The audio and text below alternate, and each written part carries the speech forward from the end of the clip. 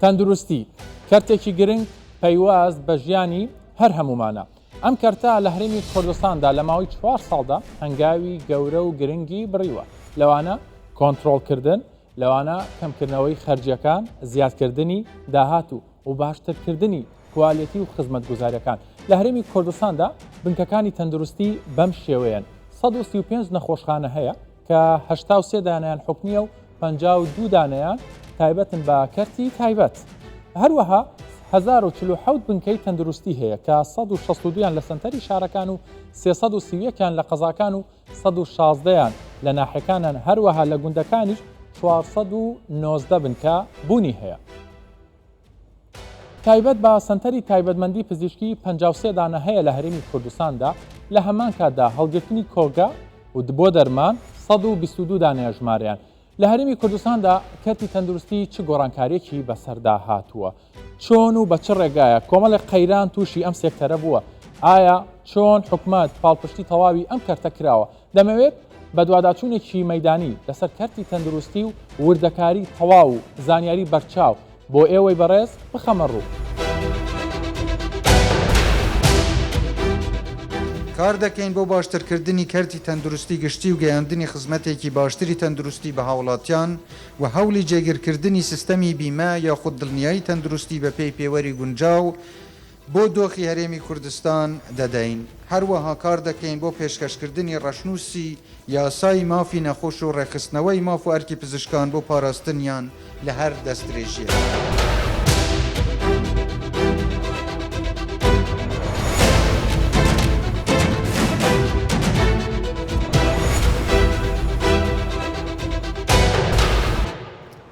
دەست پێک دەمەوێت لە هەنگاوێکی گرنگی ئەم کابینەوە دەست پێ بکەم کە بۆ کەرتی تەندروستی و بە دیاریکراویش بۆ دەرمان و پێداویستیە پزیشکەکان نراوە کە چۆن بتوانێت کۆنتڕۆڵی ئەو دەرمان و پێداویستیە پزیشکانە بکرێت کە لە دەرەوە هاوردەی هەرێمی کوردستان دەکرێت. تا ئێستا 1800 کۆمپانیا لە ڕێگای کۆمپانیا ناوخۆیەکانیانەوە پێشکەش کراون کە تۆمار بکرێن بۆ ئەوەی دەرمان بێنن، بەڵام لەو ڕێژەیە تەنها 1196یان تۆمار کراوە و 178یان ڕەفز کراونەتەوە، واتە ڕێگەیان پێنادرێت دەرمان هاوردەی هەرێمی کوردستان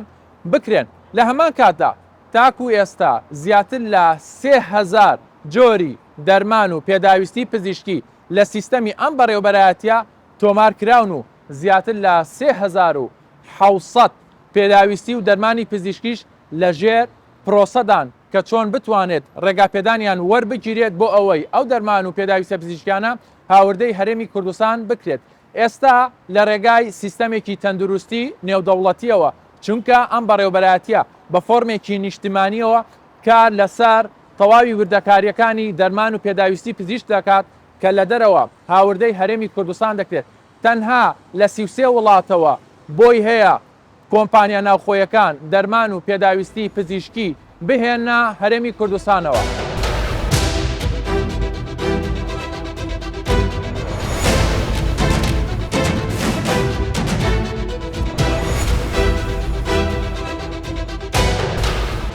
سەبارەت بەم سیستەمە کە بۆ دەرمان دروستان کردووە لەم بەڕێوەبەرایەتیە چییە؟ یەکێک لە فەرمانگەکان لە کەرتی تەندروستی کە بە دیجیتەڵ و بە ئەلکترۆنیک کرایە هەموو مامەڵەکە چکە مامەڵەیەکی زۆرە بۆی ڕۆتین کەم ببێتەوە قەرەباڵغی نەبیت وە شەفافیت و تەنانەت دژە گەندەڵیشە بۆ ئەوەی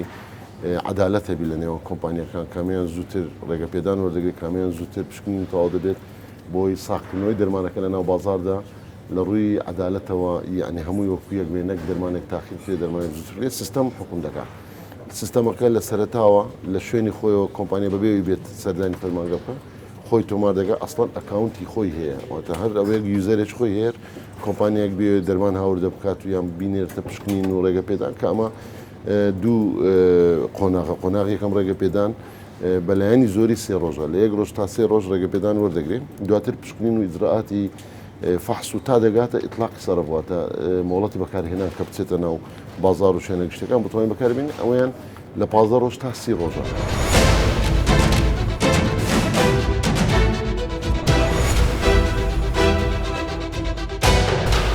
دکتۆر بەشی تاقیگە زۆر گرنگە، ڕوحی کوالیتی کۆنتڕۆلی فلتەرە دەرمان دەواازەیە لێرە 2 ساڵە لەم بەڕێبەرایەتە کۆمەڵی هەنگاوی گرنگراوە لەوانە لیستێکی نیشتیمانی دروست کراوە. بڵێ لیستی نیشتمانی بۆ یەکەمین جار لە هەرێمی کوردستان لیستی نیشتمانی دەرمان هەیە کە لە سیستەمدا هەموو پزیشکێکی دەتوانێت دەرمانێک بنووسێت کە لە هەرێمی کوردستاندا ئیقرارە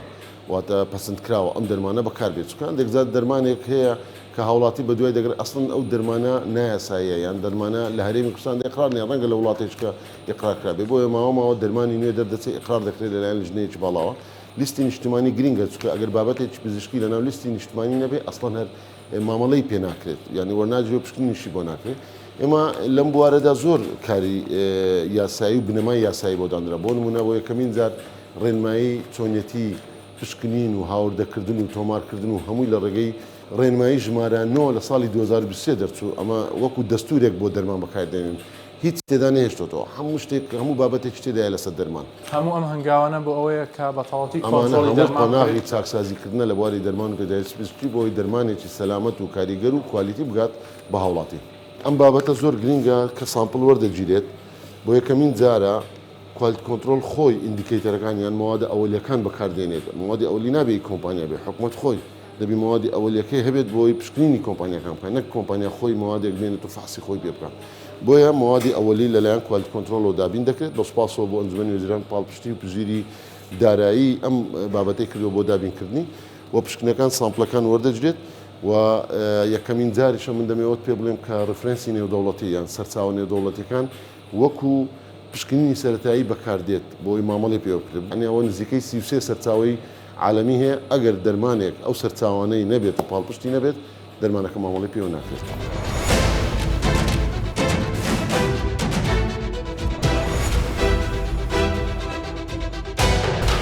تۆمار زۆر مهمە چونکە دەرمانێک کە تۆمار نەکرێت لە کوردستان تۆمار نەبی لە زمانی لیستی نیشتمانیەکە نەبێت ناتوانێت تەعاملی لەگەڵ بکەیت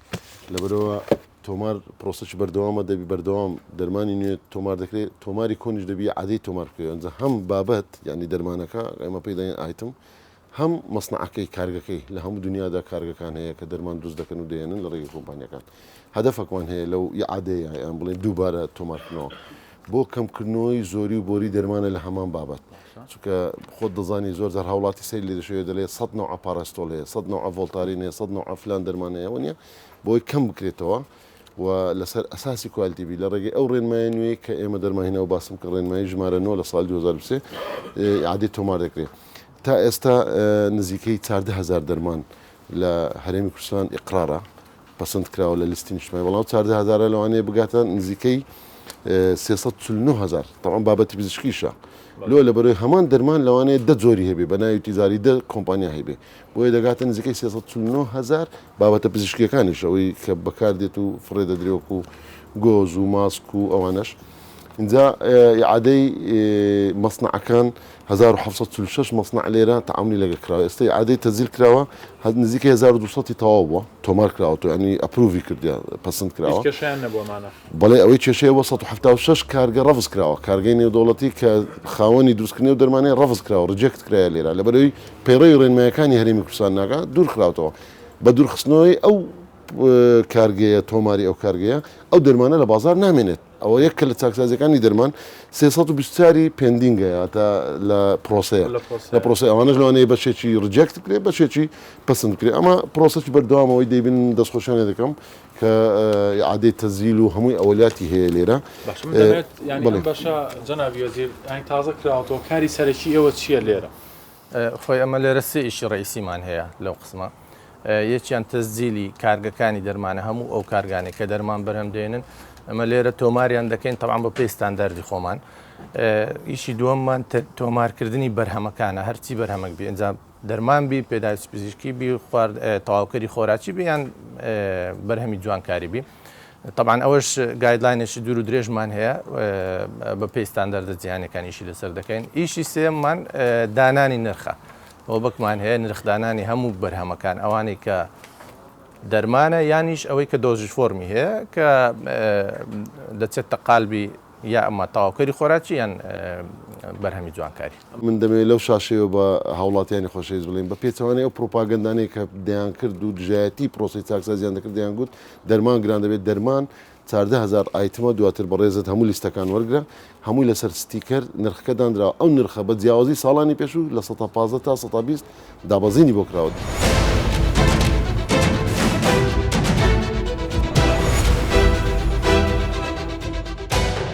نوێنەری کۆمپانیەکان سەرەتا دێن لێرە لە ڕێگای فۆرمێکەوە بە سیستەمی ئەلکترۆنی داواکاری خۆیان پێشکەش دەکەن کاروبار دەکرێت لە بەرەوەی پێداویستە پزیشکەکان بەرفراوانن هەم بۆ پێداویستی پزیشکی و هەمیش بۆ دەرمانیانی دەمەوێت ڕای نوێنەری کۆمپانیەکانی ژوەر بگرم زانم خۆیان دەڵێن چی لەسەر ئەو بابەتە تۆکو نوێنەری کۆمپانیاک پێم بڵێ چۆن ڕێگا پێدان چۆن مۆڵەت وەردەگرن بۆ هاوردەکردنی پێداویستی پزیشکی لە دەرەوە وڵێ کاتی خۆی ئەو ڕێگە پێدانان بە شێوازی دەستی بوو هەموو ئەوراقمان دەینا تەقدیممان دەکرد بە کتابەش نووسراوە کۆمپانیا پاشان ئەوە سەبەر گۆڕانکاری بەسەر داهات بۆ شێوازی ئەلکترۆنی ئێستا بە شێوازی ئەلکترۆنی بەس شێوازی ئەلکترۆنیکەش لە نمونە هەندێک کاری دەستی دەدامە ئەویش کەش پارەدانەکان یان وەرتنەوەی مۆڵەتەکان پێویستە بە دەستی وەرژێتەوە کە خۆی لە خۆیدا وا پێویست دەکاتن کە بووتە ئەلکترۆنی ئەو ڕێکارانەش هەمووی ببتە ئەلکترۆنیانی ئەو بەدەست نەمینێتن ئەوەی کە لە سیستەمی بانقی و جای دەنیش و ڕێگە پێدان کە مۆڵەتەکان دەدرێتن نەدرێتەوە کۆمپانیا هەر لە خاڵە سنوورەکان لەسەر سیستەم بەڕێ بکرێتە نیشەکان نەک بە کتابی دەستاینە هەست بە گۆڕانکاری و چاکسازی کردووە چاکسازیشی زۆر کراوە لە کەتی کوالیتی کۆنتڕۆڵ و لە کەتی گشتی تەوەزات تەندروستی بە شێوەیەکی عام کە ئەمە شوایە کردو هەم لە هاوڵاتیان و هەم لە شەریکەش لە هەندێک حاڵەتە چاکسازیەکان پشتڕاست کردوەوە یانی بە شێوەیەکی گشتی چاکسازیەکان پێ باش بووە. پێبژاردننی مادی سەرپێچەکانی بواری دەرمان لە هەرێمی کوردستاندا فرۆشتنی دەرمان بەبێ مۆڵەتی بەکارهێنان سزاکەی 2,500,000 دینارە فرۆشتنی دەرمانێک کە لە پشکنینی تاقیگا دەرنەچوو بێت سزاکەی 3 ملیۆن دینارە بەرهەمی دەرمانسازی و پزیشکی ساختە داخستنی شوێنەکەیە فرۆشتنی بەرهەمی قاچاق سزاکەی 2 ملیۆن دینارە خراپی کۆگاکان و پاگڕانەگرتنی سزاکەی لە 250,000 دینارەوە دەست پێ دەکات بۆ 500,000 دینار.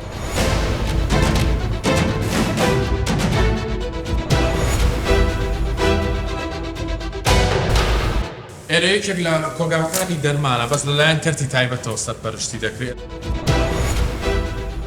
ڕێنمایی بۆ ئەم کۆگایانە بۆ کەرتی تایبەت شێوازی هەڵگرتنەکەی ساردی و گەرمی لەگەڵ دەستپێکردنی کابینەی حکوومەتی کوردستان یەکەم شت مەرجەکانی کۆگا و گواستنەوەی دەرمان لەگەڵ کۆمپانیەکان دەستپێکرا بە نرخنەوەی مۆڵەتەکان لە کۆی 240 کۆمپانیا 33 کۆمپانیا لە بەرەوەی مەرجەکانیان نەبوو ئەم 33 کۆمپانیا ڕاجران تا تەواوی ئیجراعاتی یاسایی و ئیجراعاتی هونەری لەسەرکرا بۆیە ئەو کۆمپانیانەیە کە مۆڵەتیان کردەوە بە ستاندەرد و مەرج و ڕێنمایی نوێ بڵانە هەمووی نرخی لەسەر دانراوە کۆنتڕۆڵ کراوە ستیکەری لەسەرە ئامادەیە بچێتە بازار.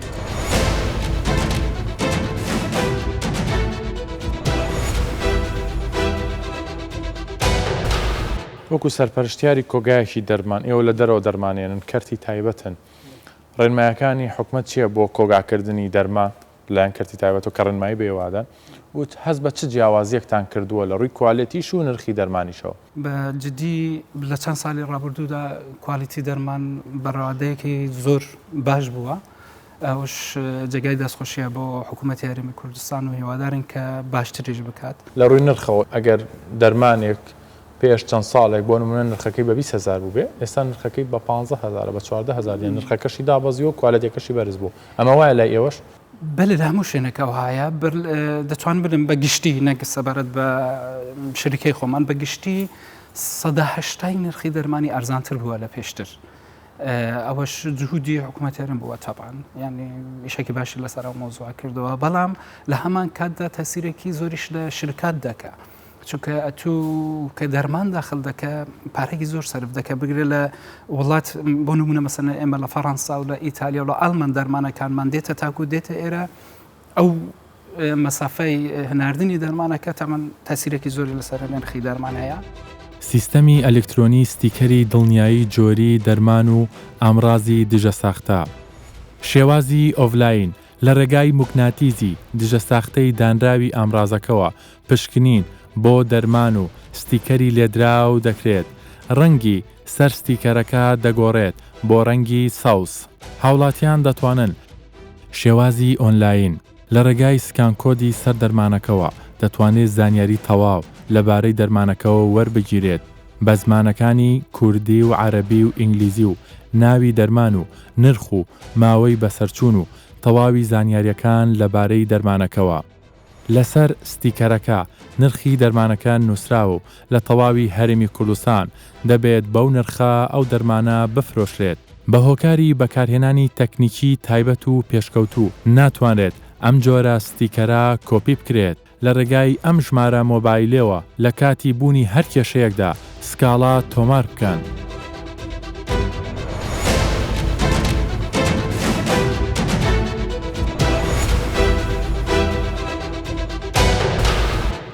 بن گۆڕانکاریەکانە بینین لە دەرمانخانەیەکی ئاوا باشە بچین لەگەڵ تیمیش هەندێک جار خۆشمان سەردەما.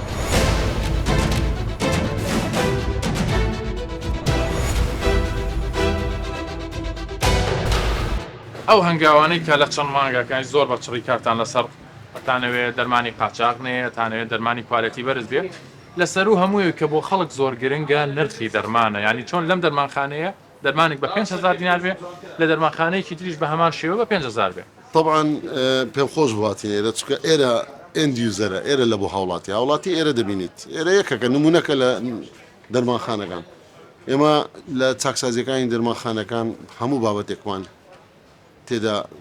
چینە ناوی کۆنتترۆلی بکەین بۆ نمونە ئەو دەرمانە دەبێت لە شوێنێک سەلامەت بی سلسلەی تەبریدی کارەبای 24 کات ژمێریەکەی و چۆنیەتی داتای ئەوە سیستەمێکی ئەلکترۆنیە کە لۆکەڵە تەنها بۆ دەرمانخانەکەی خۆی من دەمێ خاوەنی دەرمانخانەکە خۆشی لەسەر ڕەوشی دەرمان لە ناو بازار قسەیەک بکە. دکتۆر ئێوە ئێستا دەبینین بەشێکی زۆری دەرمانەکانتان لەم دەرمانخانەیە ئەم ستیکەرە تازەی پێوەیە چ دەورێکی هەیە چ ڕۆڵێکی هەیە و کاریگەری ئەمە چییە وە خۆشتان جگە لە لایەنە بازرگانیەکە هەستەکەن ئەمە چاکسازیەکە لە بەرژەوەندی خەڵکە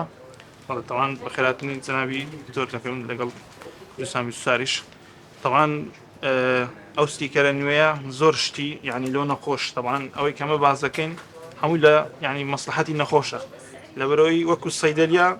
يعني دتوانم دون قران كاري شوان نكره او ككرا زياتر لمصلحتي نخوش يعني كذا مصلحتي نخوش ما بس ما يعني اشتك لموضوع لانه صيدليه نخوش نايكري كدلنيانيه لكواليتي كي چونکە لەبەرەوەی ئەوە کە وەکو ستیکەرە نوێیەکە زۆر کوالتی باشتر لە ستیکەرە قەدیمەکەی مەسەرەن دەرمانێکی ستیکەرە قەدیمەکە بە سێرکەین لۆ نمونامە یعنی پێشتر زۆر ساختە لەو ستیکەرە کرا بەڕاستی لەبەرەوەی زۆر جار هەبوو یعنی بەخۆم دەرمانم دیتێ لە سەیدەلەی سعری زۆر هەرزانتر بووە لەو سعری کە لە ستیکەر نووسرایە ئەوە لۆ یعنی کەواتەوە دەرەخی کە ستیکەرە مەسەرەن بە شێوازێکی قاچاق دروستکراوە والله مۆستیکەرە نوێیە زۆر باش بۆ لەبەرەوەی ئێستا وەکو سەیدەلی یعنی ڕۆژانە نەخۆش دەبینین لە دە نەخۆش پێنجی پرسیای دەرمانە قاچاقەکە دەکات لەبەرەوەی بەدەستی ناکەوێت ئێستا یعنی تەماشاکە لە سەیدەلی داوام بکەیت دەزانی کە چ فەرقێک ڕووی داوە ئێستا مەسەرەن یعنی لە دە نەخۆشی پێنجی پرسیارە دەرمانان دەکات کە ئێستا شوێنەکان مەسەرەن نەماوە ڕێکارەکانی سەردان و پشکنینی بازار و شوێنە گشتیەکان لەلایەن لیژنەی باڵای بە دوواداچوونی دەرمان تەنها لە 9 مانگی ساڵی 2023دا لە سەرتاسەری هەرێمی کوردستان سەردانی دەرمانخانەکان 197 جار داخستنی دەرمانخانەکان 75 دەرمانخانە بووە سەردانی کۆمپانیاکان 200 سەردان بووە داخستنی کۆمپانیاکان 54 کۆمپانیا لە ماوەی 9 مانگدا داخراوە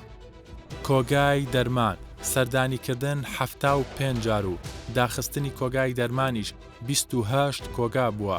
نۆرینگا سەردانیکردنی 85 نۆرینگە کرا و دەرمانی دەست بەسەرا گیرا و 16 تۆن بووە. ئێستاش هاتووین سەردانی نەخۆشخانەیەکی تایبەتەکەین هەر لە شاری هەولێرە دەمانێت لە ڕووی کوالێتیەوە لە ڕووی ئەو نەشتەرگەریانەوە تەنانەت لە ڕووی نرخی شەوەن دەجار گۆڕانکاری زۆر هەیە لە نەخۆشخانە ئەهلیەکانە زانین لەم ڕۆ مەسەرەن هەنگاوەکانی حکومەتی بۆ بابەتە نرخ بابەتێکی گرنگە کە ئێمە قۆناغ بە قۆناغ هەم خزمەتگوێرەکان هەم لە تاقیگا هەم لە تیشکسۆنەر هەم لە نەشتەرگەریەکان لە نووسنی نەخۆش لە ئینیان مڕەکەزە هاوشێوەی چۆن لە دەرمان کراوە نرخەکان جێگیر دەکەن و بەشێکی تەواو بووە بەشێکی ڕاگەیاندراوە بۆ بەشەکانی دیکەشی و لە ژێر پرۆسەی جێگیرکردنەوەی نرخیش لە پێش هاوڵاتی دیار بێت نابێ هەموو نەخۆشخانەیەک هەموو جۆرە کارێک بکە بە پێی ڕێنمایی مەرجەکان بۆ نمونە چاندنی گورچیلەیە، چاندنی جگەرە، بۆ نمونە کارکردنی ئەوەی کە خۆیان لاواز دەکەن بڕینی گەدەیە یان مەعیدا لە ڕابردوودا ئەم بێ بنەما ئەوە هەر بنەما و یاسای خۆی هەیە لە ئێستادا قەدەغەیە بۆیە چەندین نەشتەرگەری سەرو هەیە یان نەشتەرگەری پسپۆڕی ورد هەیە پێویستی بە ڕێگەپێدان و پێویستی بە کوالیفیکیشن و بڕوانامەی تایبەتی بۆی هەم کەسەکە هەم نەخۆشخانەکە بەیانی پێدەچێت لە حکوومەتەوە کە ئەم نەخۆشخانەی ئەم کارە ژمارەی قەرەوێڵە ئامادەکراوەکان لە نەخۆشخانەکانی هەرێمی کوردستان لە نەخۆشخانە حکومیەکان 8,179 قەرەوێڵە لە نەخۆشخانە تایبەتەکان 2,968 قەرەوێڵە کۆی گشتی 11,147 قەرەوێڵە لە نەخۆشخانەکانی هەرێمی کوردستاندا بوونی هەیە.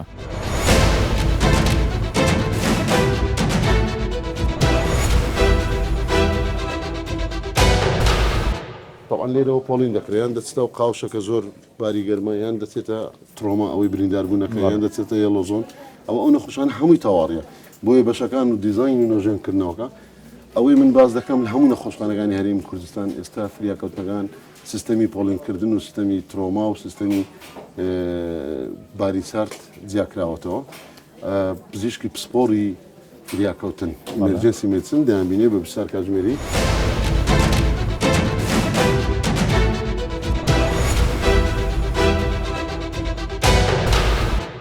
ئەوانەی کە توش گرفتەشی تەندروستیان هەیە بەڵام حالەتەکە زۆر ناکاو نییە کە دێتە نەخۆشخانە بەشی نۆڕینگەی دەرەچی لە ناو نەخۆشخانەیە بەشی زۆر ئەو نەخۆشخانە زیاتر دەچن دەوێت لەوێش پزیشکی نیشتەجێ دێرینی فریاکەوتن و هەناو پێشوازیان لێ دەکەن ئەوانش حەسەبی حالەتەکان نەخۆشەکان پۆلێن دەکەن ئەو نەخۆشانی کە حالەتەکە زۆر ناکاو و پێویستی بەوەیە کە بخەوێنرێت و بمینێتەوە وەرەقان بۆ دەکەن و تەحویلی بەشی فریاکەوتن پێشوازیان دەکەن لێوێ داخل دەکرێن بەڵام بەشی زۆری نەخۆشەکان هەر لەوێ چارەسەری وەردەگرن و ڕوانی ماڵۆ دەکرێنەوە لە ڕوویکردنەوەی بەشێکی زۆر لە پسپۆڕایەتیەکان پسپۆڕەتی جیاوازەکان بەڵێ گۆڕانکاری زۆر کرا هەندێک پسپۆڕایەتە بوو پێشترنەوە بەڵام ئێستا هەیە بە خۆشحاڵیەوە بەڵام لە ڕووی ئەوەی کە هەتا مەسەری کوالیتیش باشتر بوو خزمەتگوزاری تەندروستی لە هەرێمی کوردستان ساڵانە نەشتەرگەری 223,326 نەشتەرگەری جۆراوجۆر ئەنجام دەدرێت لەوانە چاندنی گورچیلە 930 قەستەرە و باڵۆن 27,524 پشکنین لە تاقیکە حکومیەکان 4,735,000 پشکنینی جۆراوجۆر ئەنجام دراوە چارەسەری تیشکی شێرپەنجەیی 53,060 چارەسەر وەرگیراوە بۆ ئەو بابەتە چارەسەری یەک نەخۆش لە نەخۆشخانەکانی شێرپەنجە مانگانە لە 1 ملیۆن دینارەوە بۆ 15 ملیۆن دینارە.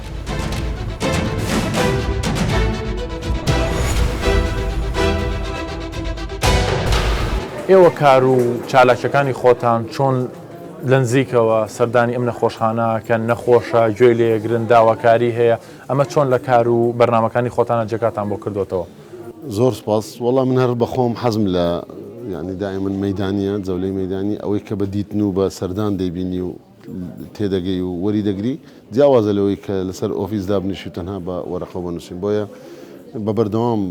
بەسەرکردنەوەی دام و دەستگا تەندروستیەکان دەکەین لە هەموو هەرێمی کوردستان بەبێ جیاوازی لە هەموو شوێنێک ئێمە لەو چەند ساڵەدا کارمان لەسەر ڕخستنەوەی ئابووری تەندروستیان ڕەوشی دارایی تەندروستی کردووە هەم لە ڕخستنەوەی داهات و خەرجی بۆی داهاتێکی تەندروستی زیاتر لە تەندروستێکی چۆ نەک بەومانەیە کە خزمەتگوزاریەکان گرامکرێ بەڵکو داهاتەکە ڕێکخراوەتەوە لەم ڕوانگەیەوە لە 136 داهات زیاد بووە خەرجیش کەم کراوەتەوە لە 106 لەگەڵ ئەوەدا خەرجی دەرمان و پێداویستی پزیشکی لە کابینەی نوێی حکوومەتی هەرێمی کوردستان زیاتر دابین کراوە بودجەی دەرمان لە کابینەی نوێم زیاد کرا مانگانە لە 6 ملیار بۆ 7 ملیار ئەمە جگەل لە چەند بودجەیەکی تایبەت دیکە بۆ سنەتەرەکانی دڵ بۆ شێرپەنجە بەشێک دەست پێکراوە ئەمە بەرنمەیەکی داهاتوومان هەیە و ڕەزامەندیمان هەیە کە سیستەمی کارتی ئەلکترۆنی و کارتی نیشتیمانی بۆ هەموو لە بواری تەندروستی کارتی تەندروستی بۆ هەموو هاوڵاتیەک لە هەرێمی کوردستاندا بکەین چکەمە بنەمایەک دەبێت بۆ بیمەی تەندروستی سپۆرێکی گرنگەیە کە لە ساڵانی داهات و ڕەنگەمە پێویستی بەکات بێ بۆی سیستەمی پزیشکی خێزانی دابنین لە هەموو گەڕێکێک لە شوێنەکان پزیشکی خێزان هەبێ بۆ ئەو ڕۆقعات جغرافیایی بۆ ئەم شوێنە جغرافیایی کە پزیشکەکەی خۆی نەخۆشەکە دەبینێت و هەموو پرۆفایلی ئەم هاوڵاتێ لەلای ئەم پزیشکە دەبێت دواتر ئەگە پێویست بە نەخۆشخانە بکە لە ڕێی پزیشکی خێزانیەوە ڕەوانە دەکرێت. ئەگەر دەرفەتم دەی کۆتا پەیامم بی سیستەمی تەندروستی لە عێراقدا سیستەمێکی کۆنە و خزمەتگوزاری تەندروستی دابینکردنی پێداویستەکانی لەسەر بودجەی حاکمیە لە عێراقدا کە دەرمان و پێداویستی پزیشکی و ئامێر دەگرێتەوە بەداخەوە تا ئێستا بەس دەرمانیان نردووە دەرمان و پێداویستی پزیشکی کە ئەویش ڕێژەیەکە لە 150 تێپەڕ ناکات پێداویستێمە بەشەکەی تر وەکو باسم کرد بودجەی ماگانە حکوومەتی هەرێمی کوردستان ئەو بۆشایە پڕ کردوێتەوە. هەفتەی ڕابردوو ئێمە سەردانی بەڕێز جەنابی سەرۆک وەزیرانی عێراق فیدرال محەممەد شیع سودانیمان کرد بەڕێزیان کۆبنەوەمان کرد ماوەی زیاتر لە کاتژمێرێک تیشکمان خستە سەر پێداویستەکانی هەرێمی کوردستان و ئەو دەرفەتانەی کە هەیە لە ئێستادا لە مەزانەدا بەڕێزیان بڕیاردا بە دابینکردنی ئامێر سازدانەوە پرۆژە نیشتمانیەکان هەرزی نێودەوڵەتی و منحە و بەخشینە نێودەوڵەتیەکان هەرێمی کوردستانی لێ بێبەش نەکرێ لەگەڵ چەند ڕێکارێکی دیکەی چاکسازی لە بواری دەرمان و پێداویستی پزیشکی و تعلیماتەکانی هاوردەکردن و هەناردەکردن کە لە عێراقدا بۆی هاوکاریەک بین بۆیە هیوادارین کە کردی تەندروستی لە داهاتوودا ببێتە کردێکی زۆر باشتر و خزمەتگوزاریێکی بە کوالیتێکی بەرزتر بۆ هاوڵاتیانی خۆشەویست. زۆر سپاس دەستان خۆش بێ و ماندوو نەبێت. سپاس بۆ ئەوەی بەڕێزیش ماندوو بوون دەستان خۆش.